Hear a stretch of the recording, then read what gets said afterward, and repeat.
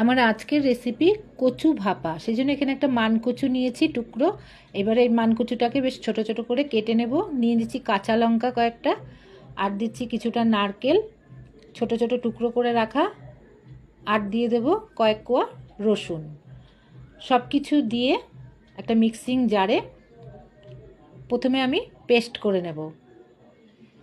এবারে আমি এখানে দিয়ে দিচ্ছি 2 চামচ সর্ষে পাউডার, দিয়ে আবারও ভালো করে পেস্ট করব।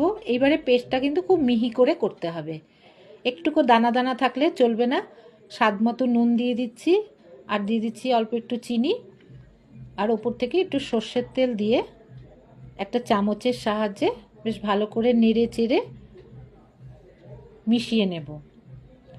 এবার আমি একটা টিফিন বক্স এখানে নিয়ে নিলাম। এখানে আমি মিশ্রণটা ঢেলে দেব।